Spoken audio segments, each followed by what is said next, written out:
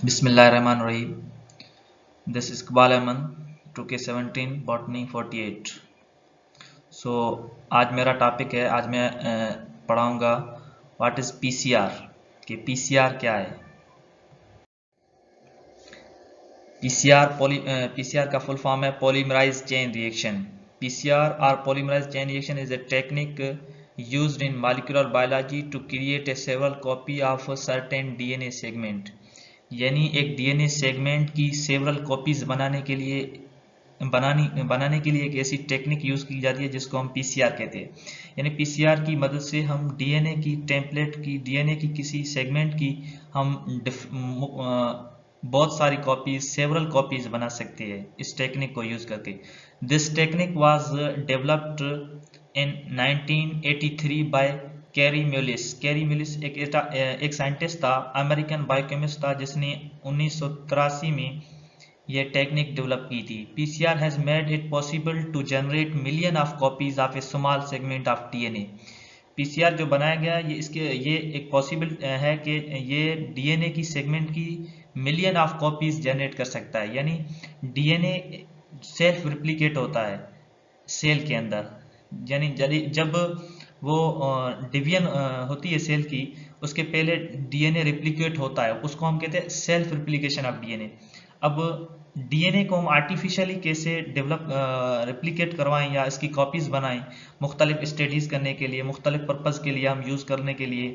अब डीएनए की study, DNA की जीन और उसके न्यूक्लियोटाइड की स्टडी करने के लिए बहुत सारी कॉपीज़ हमें बनानी पड़ती है। तो उस डीएनए की सेगमेंट की कॉपीज़ बनाने के लिए हम पीसीआर को यूज़ करते हैं। और इसके अंदर पॉसिबल है कि ये पीसीआर जो होता है वो मिलियन ऑफ कॉपीज़ बना सकता है डीएनए की।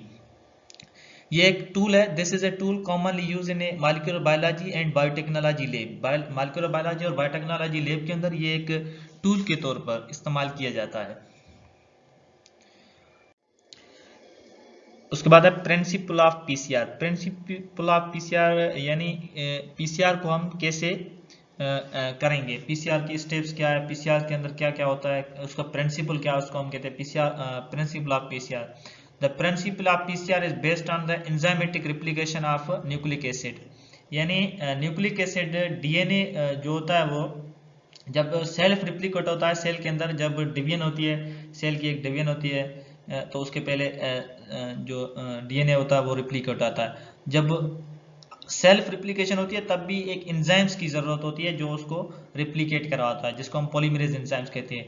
तो पीसीआर के अंदर भी वही प्रोसेस है जिसके अंदर भी हमें पॉलीमरेज एंजाइम चाहिए। अब पॉलीमरेज एंजाइम्स डिफरेंट टाइप्स के होते हैं, तो इसके अंदर भी हमें एक एंजाइम्स चाहिए। PCR involve the use of primer mediated enzymes for the amplification of DNA. यानी डीएनए की रिप्लिकेशन करने के लिए पीसीआर के अंदर हमें पॉलीमरेज एंजाइम्स के साथ एक प्राइमर भी चाहिए।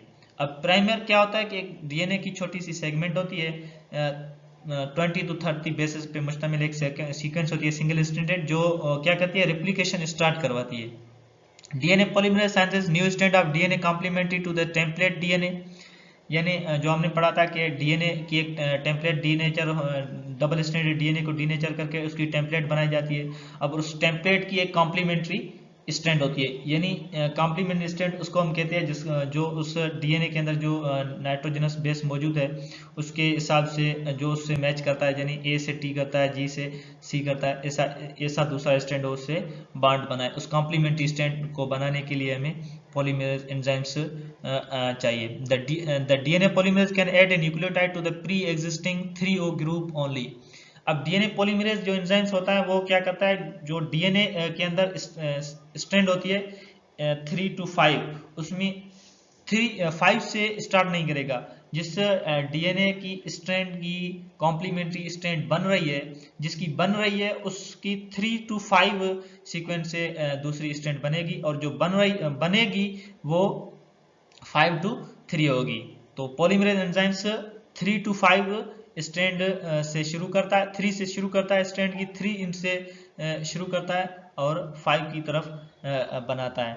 और जो इसके अंदर जो प्राइमर होता है वो 5 to 3 होगा। यानी उसके अंदर जो उसकी कॉम्प्लीमेंट्री स्ट्रैंड होगी वो यकीनन 5 to 3 होगी, क्योंकि जो डीएनए की डबल स्ट्रैंडेड होती है वो एक दूसरे से अपोजिट होती है।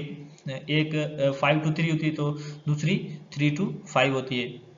तो इस तरीके therefore a primer is required, उसकी इसलिए हमें प्राइमर की जरूरत होती है। 10 more nucleotide are added to the 3 prime end of the DNA polymerase, और इस तरह से दूसरे न्यूक्लियोटाइड ऐड होते जाएंगे 3 प्राइम से और डीएनए पॉलीमरेज की मदद से। 3 प्राइम एंड का मतलब यानी जो डीएनए की सेगमेंट का 3 एंड है उससे प्राइमर ऐड होगा, और जो प्राइमर होगा वो 5 to 3 होगा, और उसके अंदर भी लास्ट जो प्राइमर का बेस होगा वो उसके अंदर 3 एंड जो होगा वहां से पॉलीमरेज जो एंजाइम्स होता है वो न्यूक्लियोटाइड को ऐड करना शुरू करेगा, और इस तरह से कॉम्प्लीमेंट्री स्ट्रैंड बनती जाएगी।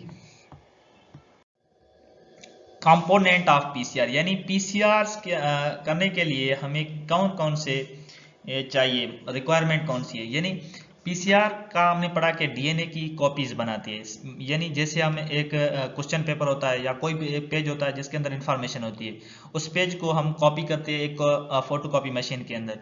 यानी उसके अंदर हमें कुछ रिक्वायरमेंट होती है, इलेक्ट्रिसिटी अवेलेबल हो, मशीन मौजूद हो, फोटो कॉपी मशीन भी हो, पेज भी हो, जो हमारा पेज कॉपी करना है वो पेज भी हो।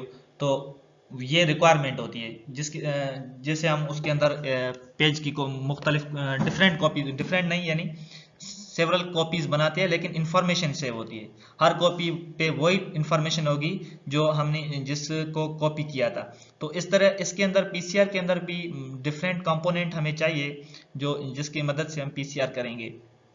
तो फर्स्ट ऑफ ऑल हमें डीएनए टेम्पलेट चाहिए, the DNA of interest from the sample, यानी जिस डीएनए को हम कॉपी करना चाहते हैं, जिस डीएनए को हम स्टडी करना चाहते हैं, जिस डीएनए को हम कॉपी करना चाहते हैं उसको कहते हैं हम डीएनए ऑफ इंटरेस्ट। ठीक है, वो डीएनए सैंपल या डीएनए ऑफ इंटरेस्ट चाहिए। उसके बाद डीएनए पॉलीमरेज चाहिए। डीएनए पॉलीमरेज यहाँ लिखा हुआ tag polymerase is use. Tag polymerase यानी एक एंजाइम है इसके अंदर हम आगे स्टेप में पढ़ेंगे कि जो एलोंगेशन होती है पॉलीमरेज एंजाइम्स काम करता है, वहाँ टेम्परेचर होता है 72 डिग्री सेंटीग्रेड। अब 72 डिग्री सेंटीग्रेड पे डिफरेंट जो पॉलीमरेज एंजाइम्स होते हैं वो डीनेचर हो जाते हैं खुद। इस वजह से ये एक टैग एक ऐसा पॉलीमरेज एंजाइम्स है, ऐसा एंजाइम्स है जो 72 डिग्री सेंटीग्रेड से अबव भी सर्वाइव कर जाता है, इसलिए इसको यूज किया जाता है। It is thermoable and does not denature by high temperature at very high temperature, यानी एक थर्मो स्टेबल है और ये बहुत ज्यादा टेम्परेचर भी डीनेचर नहीं होता है। उसके बाद हमें चाहिए ओलिगोन्यूक्लियोटाइड प्राइमर, यानी एक छोटी सी सीक्वेंस चाहिए हमें डीएनए की, जिसको हम प्राइमर कहते हैं, जो जिसका काम है स्टार्ट कराना क्या replication. These are the short stretches of DNA of single stranded DNA complementary to the three end of sense and anti-sense strand, यानी सेंस स्ट्रैंड और एंटी सेंस यानी दो स्ट्रैंड होती है, उसके अंदर दो हमें प्राइमर चाहिए, जो एक फॉरवर्ड प्राइमर होता है, एक रिवर्स प्राइमर होता है जो डीएनए की 3 से रेप्लिकेशन शुरू करवाता है। तो ये एक ऐसा छोटा सा सिंगल स्ट्रैंडेड न्यूक्लियोटाइड की चेन होती है जिसको हम प्राइमर कहते हैं। उसके बाद हमें चाहिए deoxyribonucleotide triphosphate. These provide energy for the polymerization and are the building blocks for the synthesis of DNA. ये हमारे पास 4 डिफरेंट टाइप्स के न्यूक्लियोटाइड जो मौजूद है, जो एक न्यूक्लियोटाइड एडेनिन का होता है, साइटोसिन का, थाइमिन का, ग्वानिन का। ये न्यूक्लियोटाइड जो होते हैं जिसको हम नाम देते हैं DATP, DDTP, DCTP, DGTP, ये हमारे पास जो न्यूक्लियोटाइड होते हैं ये भी हम उसके अंदर डालेंगे, क्योंकि यही बिल्डिंग ब्लॉक्स होते हैं। जो नया स्टैंड बनेगा उसका बिल्डिंग ब्लॉक्स यही होते हैं। उसके बाद हम डालेंगे बफर सिस्टम। बफर सिस्टम यानी एक ऐसे सिस्टम डालेंगे जो कंडीशन ऑप्टिमम करेगा। ऑप्टिमम कंडीशन का मतलब है जिसके अंदर डीनेचुरेशन और रीनेचुरेशन हो, यानी पहले डीएनए की डीनेचुरेशन हो जाए, डीएनए अलग हो, और जिसके अंदर पीएच भी होता है, एक कंडीशन हो जहाँ पे स्टेबल पॉलीमरेज एक्टिविटी स्टेबल हो, फिडिलिटी करे, उसको एनर्जी दे, इसलिए हम बफर उसके अंदर डालते हैं। ये थे कंपोनेंट जो हमें चाहिए पीसीआर करने के लिए। उसके बाद है पीसीआर स्टेप्स। पीसीआर की स्टेप्स क्या है कि पीसीआर को क्या, पीसीआर के अंदर कौन कौन सी स्टेप्स आती है। पहली है denaturation, annealing and elongation. 3 steps है, वन बाय वन हम इसको डिस्कस करेंगे। पहला है डीनेचुरेशन। कि डीनेचुरेशन क्या है? Denaturation occur when the reaction mixture is heated to 94 degree centigrade for about 0.5 to 2 minutes. यानी मशीन के अंदर हम एक इस ट्यूब के अंदर हम उस मिक्सचर को यानी जो हमने रिक्वायरमेंट पड़ी थी उसको डाल के हम मशीन के अंदर रखेंगे। जो मशीन कॉपी करवाती है, पीसीआर मशीन जो होती है उसके अंदर रखेंगे। फिर उसको उसके अंदर टेम्परेचर मेंटेन किया जाता है। तो 90 वो हम लास्ट में ओवरव्यू में पढ़ेंगे मशीन भी। तो उसके अंदर टेम्परेचर मेंटेन किया जाता है 94 डिग्री सेंटीग्रेड टेम्परेचर पहले देंगे हम, क्योंकि डीएनए जो होता है वो डबल स्टैंडर्ड होता है, पहले ही वो कॉम्प्लीमेंट्री उसकी स्टैंडर्ड मौजूद होती है। तो उसको ब्रेक डाउन करने के लिए डीएनए की डबल स्टैंड को सिंगल स्टैंड में चेंज करने के लिए हम उसका टेम्परेचर करेंगे 94 डिग्री सेंटीग्रेड और उसका टाइम सेट करेंगे 0.5 to 2 मिनट्स तक हम उसको लेकर जाएंगे। The break the hydrogen bond between the two strand of DNA and convert it into a single stranded DNA. ये टेम्परेचर क्या करेगा कि जो हाइड्रोजन बॉन्ड मौजूद है किसके बीच में, ये नाइट्रोजनस बेसिस जो है साइटोसिन एंड ग्वानिन के बीच में जो ट्रिपल बॉन्ड मौजूद होता है, एडेनिन एंड साइटोसिन के बीच में सिंगल डबल बॉन्ड मौजूद होता है हाइड्रोजन का। इस बॉन्ड को ब्रेक करने के लिए इस टेम्परेचर को हमने बढ़ाया था 94 तक लेके। अब ये बॉन्ड टूट गया तो ये स्ट्रैंड अलग हो गई। The single stranded now act as a template for the production of new strand of DNA। अब ये सिंगल स्टैंडर्ड एक टेम्पलेट के तौर पर एक न्यू स्टैंडर्ड बनाएंगी अब जो उसकी कॉम्प्लीमेंट स्टैंड होगी, जो कॉम्प्लीमेंट स्टैंड होगी। The temperature should be provided for a longer time to ensure the separation of the two stand. Temperature को हम एक लॉन्ग टाइम तक प्रोवाइड करेंगे ताकि वो जो स्टैंड हो वो सेपरेट हो जाए। They serve as a starting point for the synthesis of DNA. The two separate strands run in the opposite direction and consequently there are two primers, forward primers and reverse primers। यानी DNA जो होता है वो double standard होता है और हमने पढ़ा कि वो इसकी जो स्टैंड होती है वो एक अगर 3 to 5 है तो दूसरी 5 to 3 एंड होगी, यानी वो अपोजिट में होगी, उसका स्टैंड जो होता है वो अपोजिट में होता है।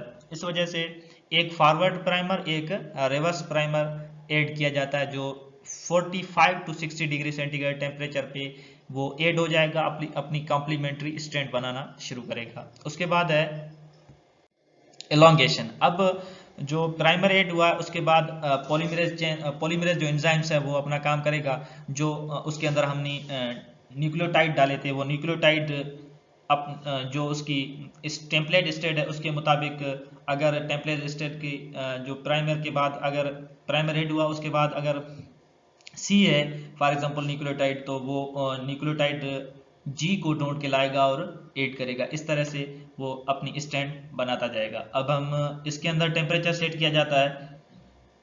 At this step the temperature is rise to 72 to 80 degree centigrade. फिर से टेम्परेचर राइज किया जाता है 72 to 80 डिग्री सेंटीग्रेड टेम्परेचर किया जाता है। The bases are added to the 3 end of the primer by Taq polymerase enzymes. जो 3 and है प्राइमर, यानी जो प्राइमर होंगे 3 एंड से स्टैंड जो होती है वो 3 एंड से रेप्लिकेशन शुरू होती है। तो प्राइमर का एंड क्या होगा 5 to 3 होगा, यानी 3 से उधर 5 हो जाएगा और लास्ट पे जो जहां से पॉलीमरेज एंजाइम्स ऐड करना शुरू करेगा वो फिर से 3 एंड होगा। तो जो 3 एंड है एंजाइम्स का प्राइमर का, वहां से tag polymerase enzymes nucleotide add करना शुरू करेंगे। This elongates the DNA in the 5 to 3 direction। the DNA polymerase add about 1000 base pair पर मिनट। यानी डीएनए पॉलीमरेज जो होता है उसके अंदर एबिलिटी होती है कि वो 1000 बेस पेयर पर मिनट में ऐड कर सकता है और ये जो एडिंग होगी ये 5 to 3 होगी। यानी जो रिप्लिकेशन हो रही है जिस स्टैंड की हो रही है वो हो रही है 5 to 3 और शुरू कहाँ से हुई है, जिस स्टैंड की रिप्लिकेशन हो रही है वो हो रही है 3 to 5 और जो नई कॉम्प्लीमेंट स्टैंड बन रही है वो है 5 to 3। Under optimum condition Taq polymerase can tolerate very high temperature, जो हमने पढ़ा है कि टैग पॉलीमरेज एंजाइम्स क्यों यूज किया जाता है, क्योंकि इसके ये टॉलरेट करता है वेरी हाई टेम्परेचर.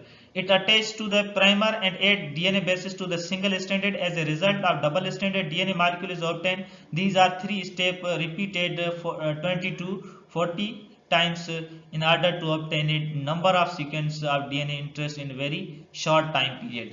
अगर कहता है कि इसके अंदर 20 to 40 मिनट्स तक टाइम्स तक इसको रिपीट किया जाए, इस प्रोसेस को रिपीट किया जाए, इस 3 स्टेप को रिपीट किया जाए पीसीआर मशीन के अंदर, तो हमें सेवरल कॉपीज डीएनए की मिलेंगी.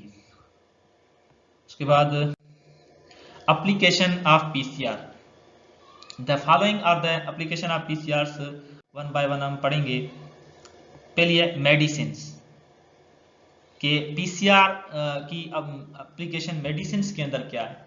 Testing of genetic disease mutation, यानी जेनेटिकल कोई डिजीज होती है, म्यूटेशन होती है, यानी कोई एक अनफॉर्चुनेटली कहीं जीन्स के अंदर डिसऑर्डर पैदा हो जाता है जिसको हम म्यूटेशन कहते हैं, ठीक है.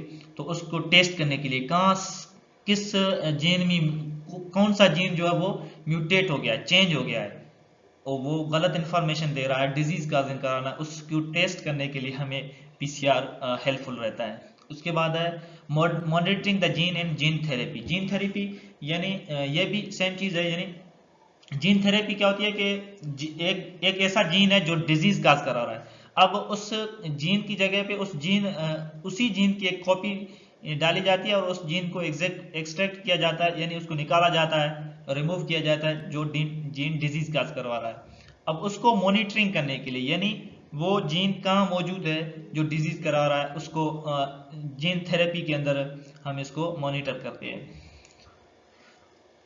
उसके बाद है detecting disease causing gene in the parent, यानी कोई जेनेटिकल डिजीज होती है जो ऑफस्प्रिंग में चली जाती है पेरेंट से, तो उस डिजीज को पहचानने के लिए कि वो कौन सा जीन है जो डिजीज करवा रहा है, तो पेरेंट के अंदर भी इसकी जीन डिटेक्टिंग की जाती है.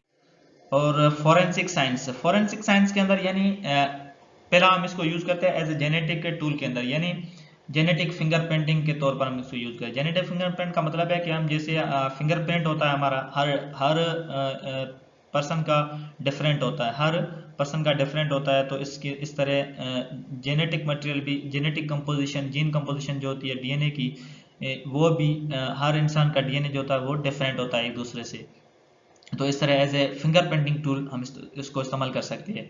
उसके बाद है identifying the criminal from million of people, यानी मिलियन हमारे पास पीपल मौजूद है, एक मिलियंस की तादाद में हमारे पास पीपल मौजूद है, उसके अंदर हम क्राइम को आइडेंटिफाई करने, यानी जिसने क्राइम किया है उसको आइडेंटिफाई करने के लिए हम उन सब का डीएनए लेते हैं, फिर उसको उसकी कॉपीज बनाते हैं, उसको मैच करवाते हैं, जहाँ से क्राइम हुआ वहाँ से डीएनए लेते हैं और उन बंदों से डीएनए लेकर उसको मैच करवाते हैं, जिसका डीएनए मैच कर जाता है वो क्रिमिनल होता है.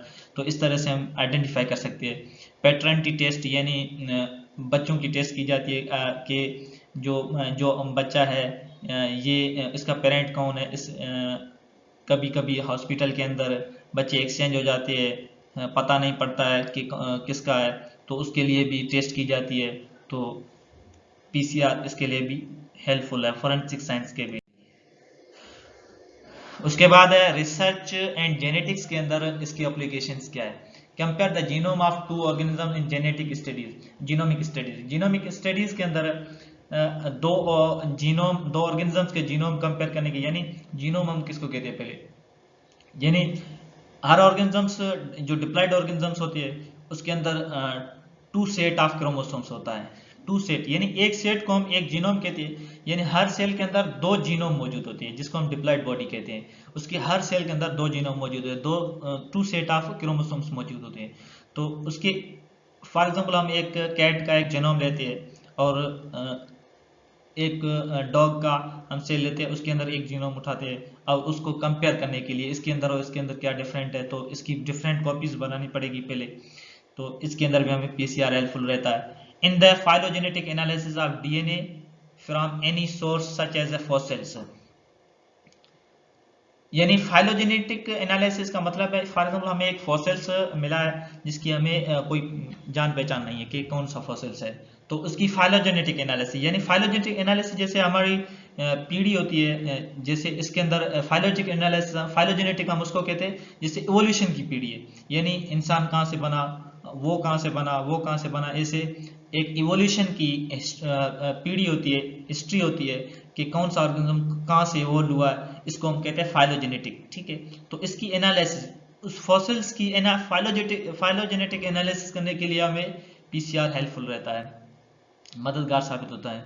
उसके बाद analysis of gene expression. Gene expression का मतलब है कि जीन के पास जो इंफॉर्मेशन मौजूद है, वो जीन जब एक्सप्रेस करता है, या वो उस अपनी जीन की जो इंफॉर्मेशन है उसको जाहिर करता है, एक्सप्रेस करता है, एक एम्ब्रियोलॉजी के अंदर करता है। जब एम्ब्रियो बन रहा होता है तब जीन अपनी इंफॉर्मेशन एक्सप्रेशन करता है, और मुख्तलिफ सेल के अंदर जो प्रोटीन्स बनते रहते हैं, वो जीन अपनी इंफॉर्मेशन को एक्सप्रेस करता है। तो इसको एनालिसिस करने के लिए कौन सा जीन कौन सी एक्सप्रेशन दे रहा है, तो इसकी कॉपीज बनानी पड़ती है, तो इसके अंदर भी पीसीआर हेल्पफुल रहता है।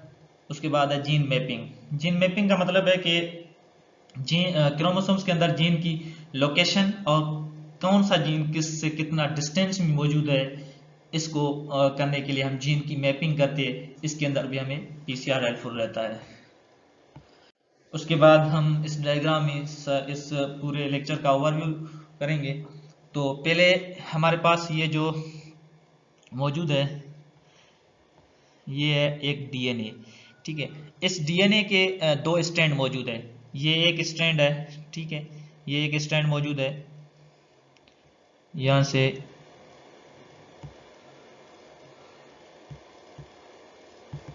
ये एक स्ट्रैंड हमारे पास मौजूद है, एक ये स्ट्रैंड मौजूद है। ठीक है, और अब इस डीएनए का ये 3 एंड होगा, तो ये 5 एंड होगा। ठीक है, और ये 5 होगा, ये 3 एंड होगा। अब ये दो स्ट्रैंड है, ये एक न्यूक्लियोटाइड सीक्वेंस है, उसका एक स्टैंड बना हुआ, और ये एक अलग न्यूक्लियोटाइड सीक्वेंस है जो इसका स्टैंड बना हुआ। अब इसके बीच में हाइड्रोजन बॉन्ड की मदद से जो है सो वो एडिशन है, हाइड्रोजन बॉन्ड है इसके बीच में, और दो दो स्टैंड जो वो एक डीएनए बनाती है, जिसको हम डबल स्टैंडर्ड डीएनए कहते हैं। अब ये जो टेम्पलेट है, इसका कॉम्प्लीमेंट्री टेम्पलेट वही होगा जिसके अंदर फॉर एग्जाम्पल इधर सी है, तो इधर दूसरा स्टैंड है, उसके अंदर जी होना चाहिए, इधर ए है तो इधर टी होना चाहिए। इसको हम कॉम्प्लीमेंट्री स्टैंड कहते हैं इसकी। अब इसको पहले किया जाएगा डी नेचर। ठीक है, वो हम पीसीआर की इस प्रोसेस में फिर से देखते हैं। अब ये पीसीआर मशीन है जिसके अंदर इस सारे प्रोसेस किया जाता है, जिसको थर्मोसाइक्लर यानी टेम्परेचर साइक्लर भी कहा जाता है। यानी टेम्परेचर पहले 92 94, फिर 54, फिर 72, इस टेम्परेचर को साइकिल किया जाता है इसके अंदर। अब ये एक ट्यूब है जिसके अंदर पीसीआर ट्यूब, जिसके अंदर बफर डाला जाता है, पॉलीमरेज टेक एंजाइम डाला जाता है, डीएनए सैंपल, जिस डीएनए को हम कॉपी करवाना चाहते हैं, जो हमारा डीएनए ऑफ इंटरेस्ट है, उसको डाला जाता है, प्राइमर डाला जाता है, यानी सिंगल स्टैंडर्ड 20 to 30 बेसिस पे मुश्तमिल एक डीएनए की सेगमेंट है, जिसको हम प्राइमर कहते हैं, वो डाला जाता है। ये हमारे होते हैं nucleotides, 4 different type of nucleotide जो डीएनए के बिल्डिंग ब्लॉक्स है, वो इसके अंदर डाले जाते हैं। अब इसको इस मशीन के अंदर डाला जाता है, और इसके टेम्परेचर पहले किया जाता है 94 टेम्परेचर पे। क्या होता है, जो ये डीएनए हम डालते हैं ये डबल स्टैंडर्ड होता है, ये डी नेचर होता है। डी नेचर यानी इसके अंदर हम देख रहे हैं कि ये डबल स्टैंडर्ड है, इसके अंदर ये गैप हो गया, यानी ये बॉन्ड टूट गए और ये सिंगल स्टैंडर्ड बन गए। अब फिर क्या किया जाता है, टेम्परेचर को 55 यानी 54, हमने 54 से 60 डिग्री सेंटीग्रेड टेम्परेचर जो बताया था, वो फिर से इस मशीन के अंदर टेम्परेचर जो है वो कम करके इसको किया जाता है 54 से 60 डिग्री सेंटीग्रेड के बीच में कोई टेम्परेचर रखा जाता है। उसके अंदर क्या होता है कि जो प्राइमर होते हैं इसके अंदर हम डालते हैं, वो प्राइमर ऐड होना शुरू हो जाते हैं। ये प्राइमर जो हम फॉरवर्ड प्राइमर है, जो फॉर एग्जांपल अगर ये 3 टू यहाँ से फॉर एग्जांपल ये 3 है, ये 5 है, ठीक है। ये यहाँ से 3 और यहाँ से 5 है, ठीक है। तो ये प्राइमर फॉरवर्ड प्राइमर है जो यहाँ से ऐड हो गया है, ठीक है। यहाँ से स्टार्ट हो गया है, ऐड हो गया है इसके अंदर। और ये रिवर्स प्राइमर है जो यहाँ से इस 3 एंड से इधर रिवर्स में ऐड हो गया है। तो दो जो हमने प्राइमर डाले थे रिवर्स और फॉरवर्ड, वो अब ऐड हो गए, इसको हम कहते हैं एनिलिंग। फिर से टेम्परेचर को राइज किया जाएगा 72 डिग्री सेंटीग्रेड पे। फिर यहाँ होगी एलोंगेशन, यानी यहाँ पॉलीमराइज जो टैग पॉलीमरेज हमने एंजाइम्स डाला था, वो एंजाइम्स क्या करेगा, जो ये न्यूक्लियोटाइड हमने डाले थे, इस न्यूक्लियोटाइड को एज ए जो टेम्पलेट स्टैंड है उसके न्यूक्लियोटाइड के मुताबिक जो है वो न्यूक्लियोटाइड लेकर आएगा और ऐड करता जाएगा। कहाँ से, जहाँ से प्राइमर ऐड हो गए हैं वहाँ से ऐड करता जाएगा। और ये हमारे पास 2 डबल स्टैंडर्ड डीएनए बन जाएंगे। यानी पहले हमारे पास था एक सिंगल एक सेगमेंट था डीएनए का, डबल सेगमेंट था, अब ये कॉपी होकर 2 बन गए। इस रिएक्शन को रिपीट किया जाता है, यानी हमने पढ़ा था 30 to 40 टाइम्स अगर हम रिपीट करेंगे तो हम सेवरल कॉपीज बना सकते हैं डीएनए की। So that's all and thank you.